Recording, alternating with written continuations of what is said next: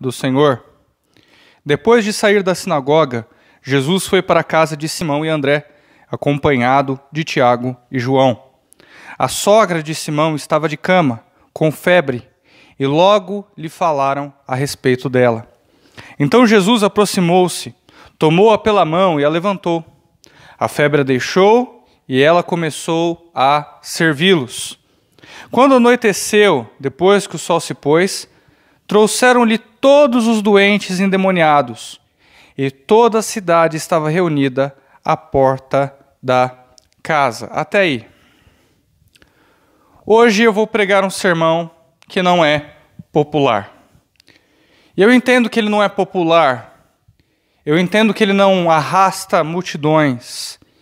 E à medida que ele se desenvolve, você vai entender o porquê ele não é popular.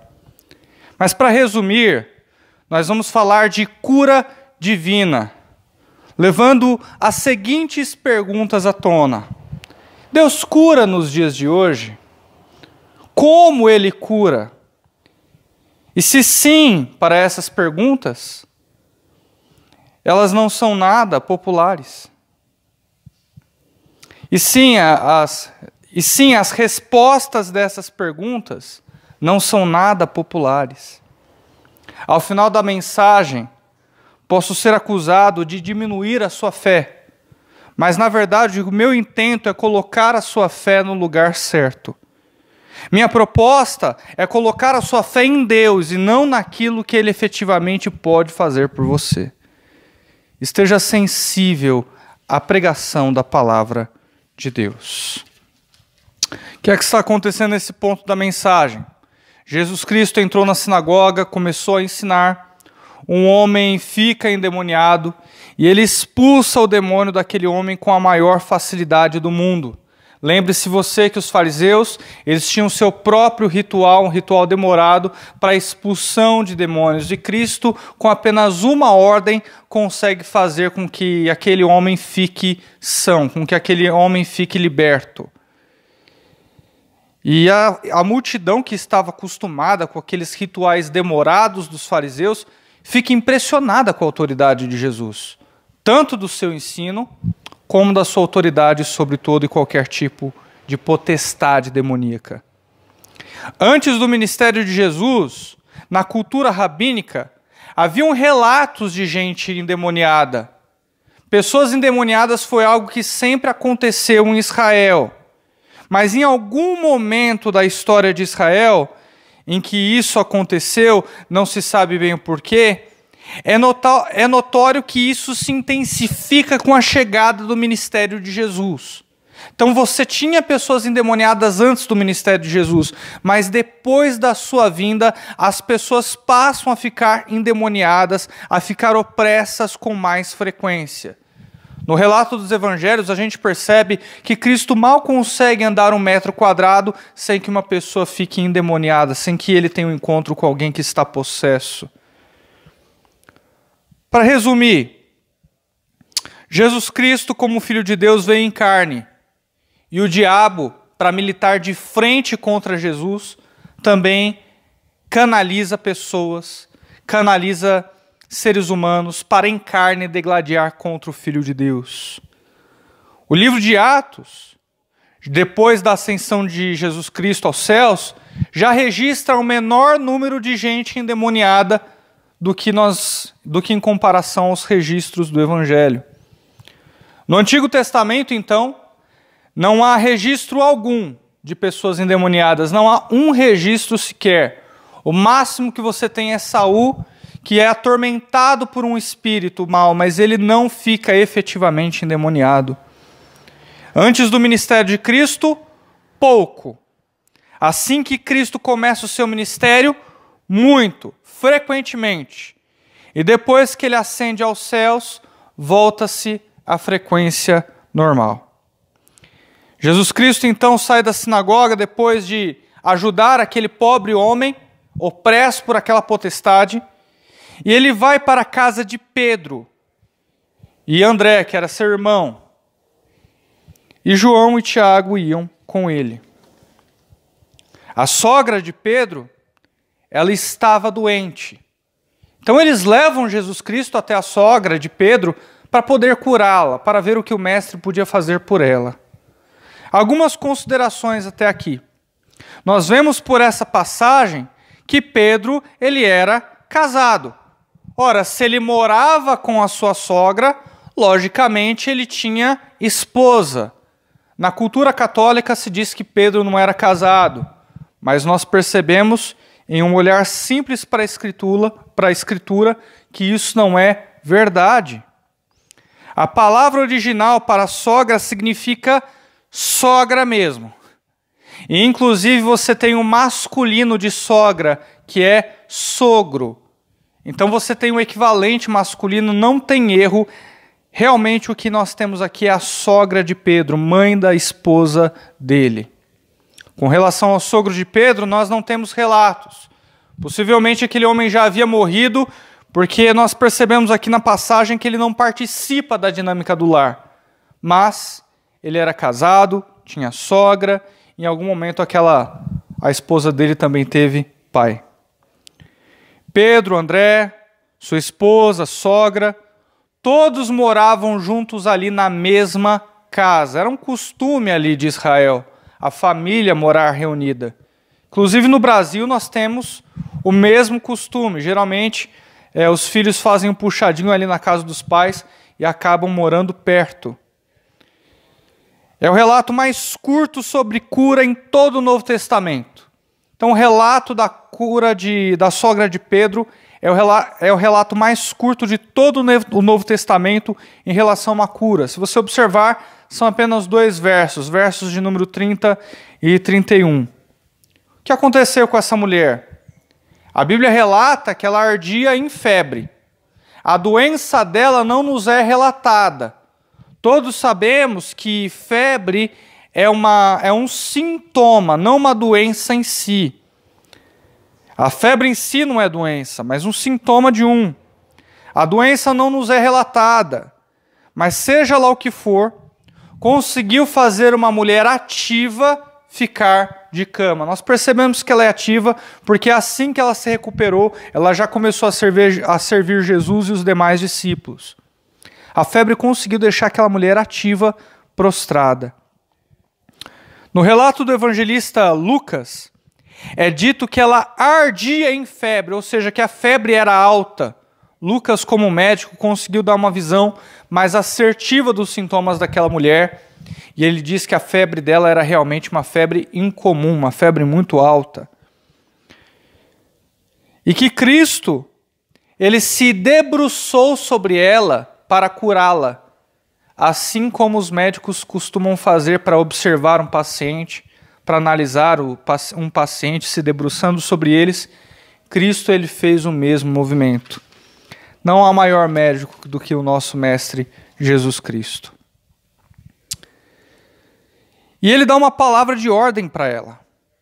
Dá uma palavra de ordem para a doença. A palavra de ordem também não nos é relatada. Talvez fosse sai dela, ou seja sã, ser curada, levanta-te. Nós não sabemos ao certo. Mas a palavra de ordem foi suficiente para fazer cessar imediatamente aquela doença. Ela foi completamente restaurada, a ponto de fazer com que ela ficasse pronta para o serviço.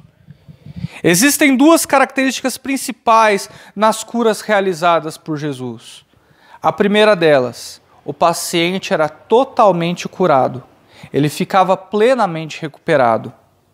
A segunda, era imediato, era instantâneo. Não demorava tempo para a pessoa ficar curada, ou ela era curada progressivamente. Não, naquele exato momento ela já ficava sadia. É diferente do que se vê na televisão hoje. Pessoas curadas progressivamente. Não vai para casa que progressivamente você vai ser curado. Ou doenças que ninguém vê. Eu tenho um tumor aqui no estômago, eu estou sentindo. Ninguém pode ver, não é visível aquela doença, mas todos acreditam que a pessoa tem. E então é dito que ela foi curada.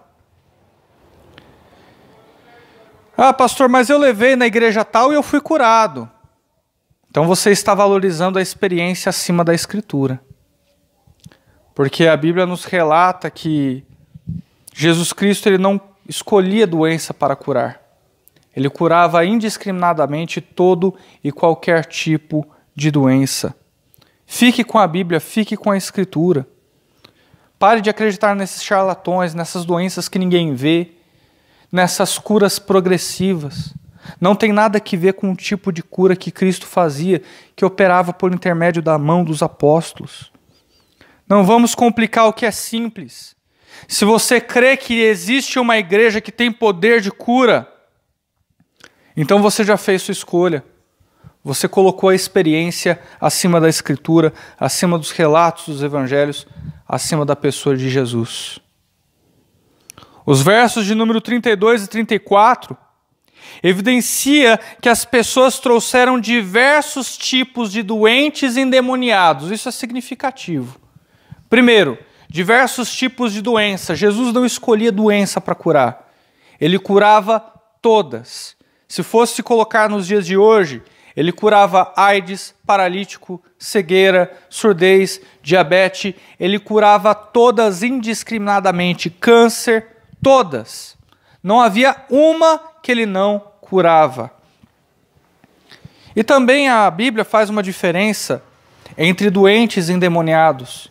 Geralmente os críticos da Escritura diz que no mundo antigo tudo era culpa do diabo, tudo era culpa do demônio. Se alguém ficava doente, era por conta de um espírito maligno.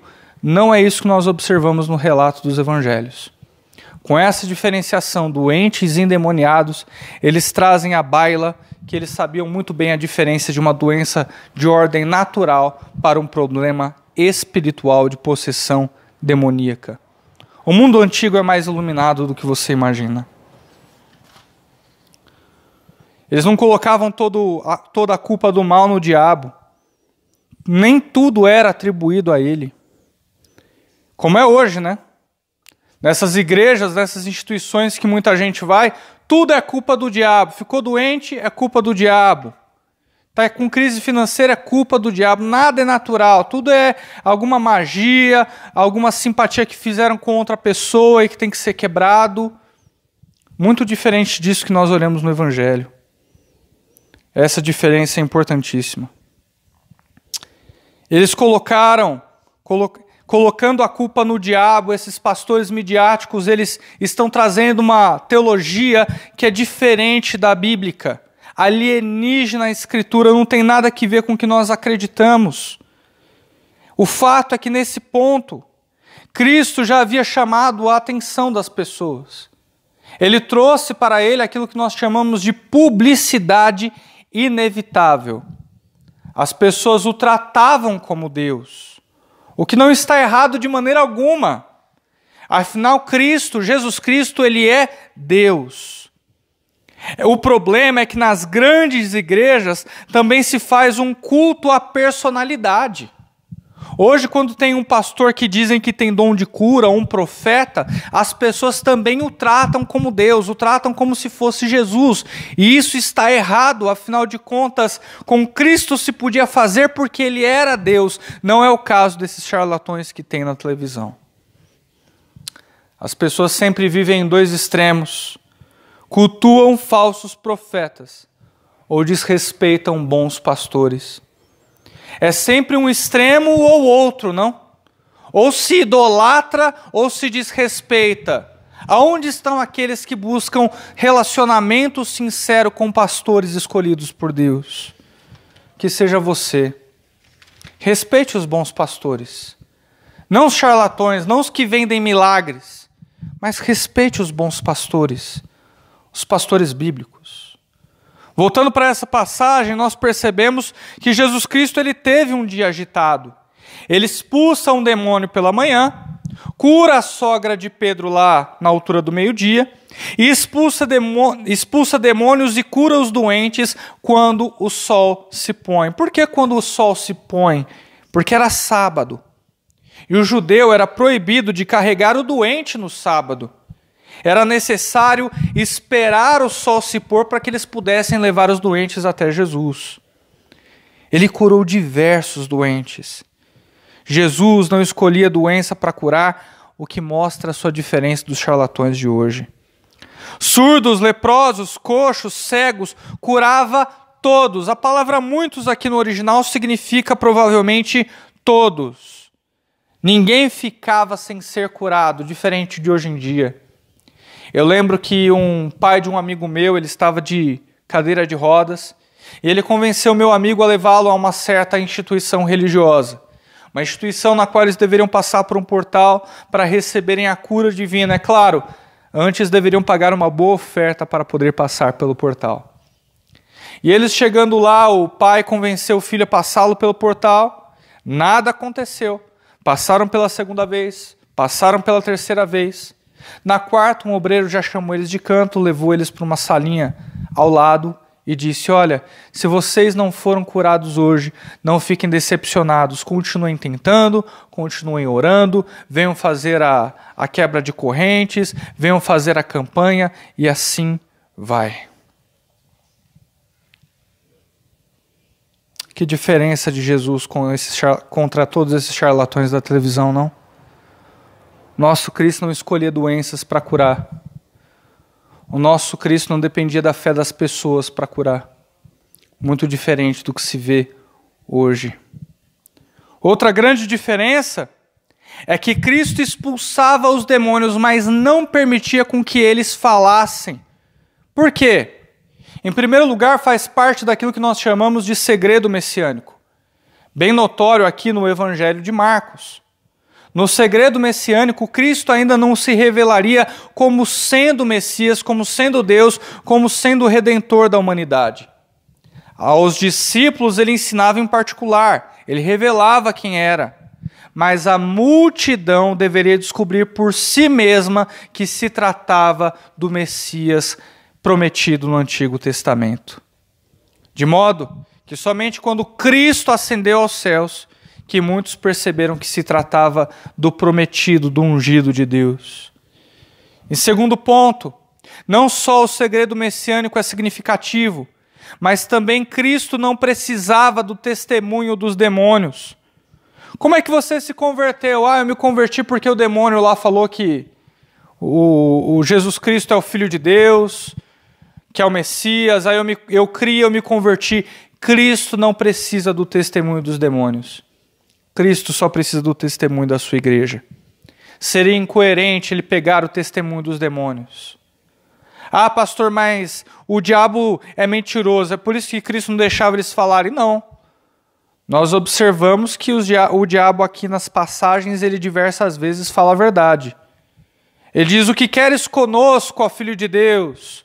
O que queres conosco, ó Messias? Por diversas vezes o diabo fala a verdade.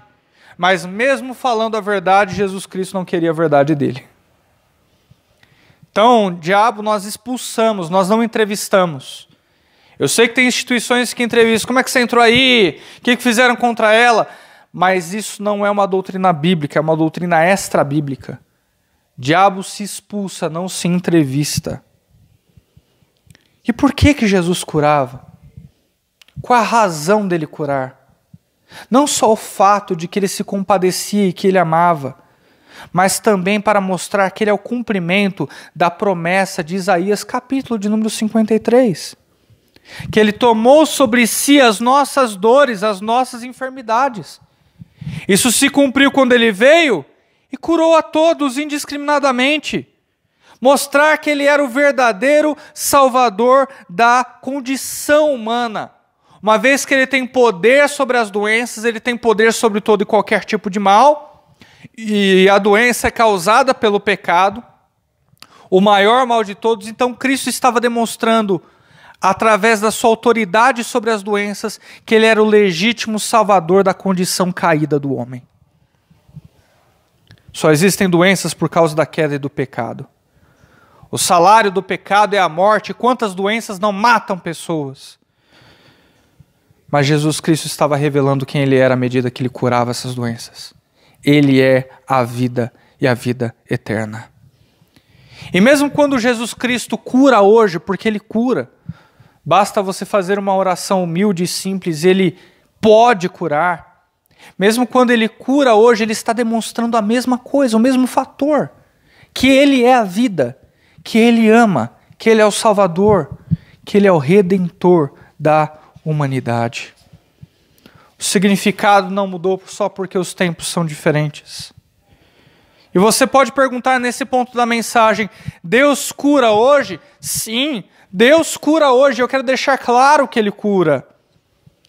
Os irmãos mais piedosos que eu conheço não são aqueles que oram determinando em nome de Jesus, profetizando em nome de Jesus, que aquela pessoa vai ser curada. Esses não são os irmãos mais piedosos que eu conheço. Os irmãos mais piedosos que eu conheço estudam enfermagem, estudam medicina e cuidam horas por dia de um paciente só. E eu tenho certeza que Jesus usa esses irmãos com o intelecto, com a ciência, para trazer cura para todas essas pessoas. É fácil falar uma palavra mágica e sair. O difícil é ficar ali no leito cuidando do paciente. Profetizar é fácil, eu quero ver amar. Declarar é mole, eu quero ver ficar ali cuidando do paciente que precisa. E muitos que querem curar as pessoas de maneira mágica hoje, não têm a coragem que Cristo teve em se interessar pelo seu próximo, em se interessar por aquele que estava à sua frente. Jesus Cristo mostrava o amor às pessoas, curando elas. E os irmãos mais piedosos que eu conheço fazem da mesma maneira, estudando, se aprimorando para trazer alívio a essas pessoas. Hoje eu vejo que o cristão que quer amar pode aprender Libras. Ao invés de você orar para que a pessoa recupere a sua audição, por que você não aprende Libras? E busca se comunicar com esse público tão desprezado, um dos menos evangelizados.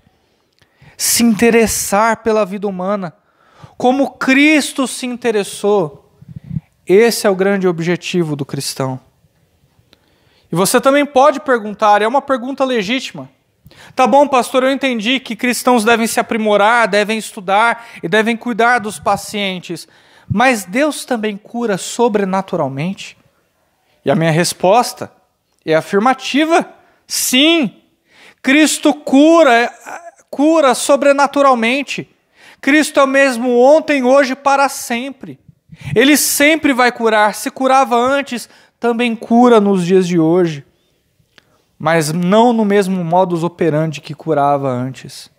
Ele ainda cura, mas não de maneira igual. Porque nós observamos que Cristo e os apóstolos davam ordens às doenças e as doenças abandonavam o corpo das pessoas. Hoje em dia, ninguém tem autoridade sobre as doenças. Essa é uma autoridade que Cristo tem. Mas você pode, na sua simplicidade, talvez você não tenha muito repertório de fala, não importa, mas você pode chegar a alguém que está acamado, alguém que está doente, e fazer uma oração simples por essa pessoa. Uma oração humilde. E Deus há de ouvir a sua oração e respondê-la afirmativamente, trazendo alívio e consolo ao corpo daquela pessoa. Pastor, mas a Bíblia não diz que os sinais seguirão aos que creem? Pois é, mas deve ter alguma coisa errada com essa passagem. Porque afinal de contas o que eu vejo hoje é que as pessoas aqui seguem os sinais. Ela já crê em cura divina, imotivadamente ela já crê que alguém tem poder sobre as doenças, e ela busca lugares que trazem essa doutrina. Elas não têm coragem de orar elas mesmas de maneira humilde para que alguém seja curado. Se os sinais seguem os que creem, faça uma oração simples. Faça uma oração humilde. A outra pergunta que você pode fazer também é legítima. Pastor, Deus sempre quer curar? Não. Deus cura é doutrina. Deus sempre cura é heresia. Ah, pastor, mas Deus sempre quer ver as pessoas bem. Deus sempre quer curar. Não, não é verdade. Porque a experiência nos diz o contrário. Eu já orei diversas vezes por gente doente que continuou doente. E às vezes até morreu. Eu já vi igrejas inteiras orando com muita fé na pessoa de Deus para que alguém se recuperasse de uma doença. E a pessoa, infelizmente, acabou vindo a óbito. Conheço um irmão muito piedoso que esse ano de 2020 morreu de Covid-19. Não existe nenhum verso na Escritura que mostre categoricamente que Deus sempre quer curar. Não tem sequer um. Nós, pelo contrário, vemos algo diferente. Que na oração do Pai Nosso, Cristo manda orar, seja feita a sua vontade. E quando na oração do Pai Nosso nós oramos, seja feita a sua vontade, nós estamos declarando que não conhecemos os planos de Deus. Que os planos de Deus são maiores que os nossos. Que nós só vemos o agora, mas Cristo vê o futuro. E Ele sabe muitas vezes o porquê Ele não quer curar. Confiemos nos mistérios de Deus. Confiemos na bondade do Senhor, que é transcendente a tudo que se pode conhecer nesse mundo. Oração não é para Deus fazer o que você quer que Ele faça. E tem muita gente que ora em nome de Jesus, acreditando que o nome de Jesus é uma fórmula mágica para fazer com que Deus seja manipulado e então você tenha o resultado que você está buscando. O nome de Jesus não é para isso. Deus, Ele não olha dos céus para você e diz, puxa, ele orou em nome de Jesus, eu tenho que fazer, por que eu fui dar esse poder para eles? Não. Oração não é manipulação. Oração é submissão. É se dobrar diante da vontade de Deus. E tem gente que quer tudo. Que quer cura do câncer, cura da AIDS, que alguém volte a andar, mas não pensa na salvação da alma. O capítulo de Isaías 53, ele principalmente fala a respeito do Messias e como identificar a sua obra redentora, salvadora, não só de curas e doenças ou algo do gênero, não. Você já orou pela salvação dessa pessoa? Porque pode ser que ela volte a andar, pode ser que ela seja curada da AIDS, do câncer, e com tudo isso, continue migrando para o inferno. A salvação da alma é mais importante do que o estado do corpo dela em vida. Ore para que essa pessoa seja salva e tenha certeza de que Deus vai fazer algo muito mais grandioso do que pura e simplesmente a cura do corpo. Eu essa semana conversei com um menino surdo. Eu ouvi ele lá na instituição. Ele quis entrar e eu, na minha pouca habilidade de sinalização, conversei com ele. E nós ali identificamos um caso de abuso que nós vamos precisar verificar de uma maneira mais assertiva e estamos já trabalhando para isso. Eu podia ter ignorado aquele garoto. Eu podia não ter prestado atenção. Eu podia ter orado para que Deus desse a audição dele de novo. Mas eu decidi amar. Eu decidi tentar um diálogo. E conseguir e descobrir algo muito mais profundo do que apenas a doença, a cura da doença, a cura da sua surdez. Amar é mais difícil do que pedir por cura. Busque amar como Cristo fez. Ame e pregue o Evangelho. Saiba que no céu, no paraíso, não haverá choro e nem doença. Sejamos uma igreja centrada no Evangelho. Deus abençoe você.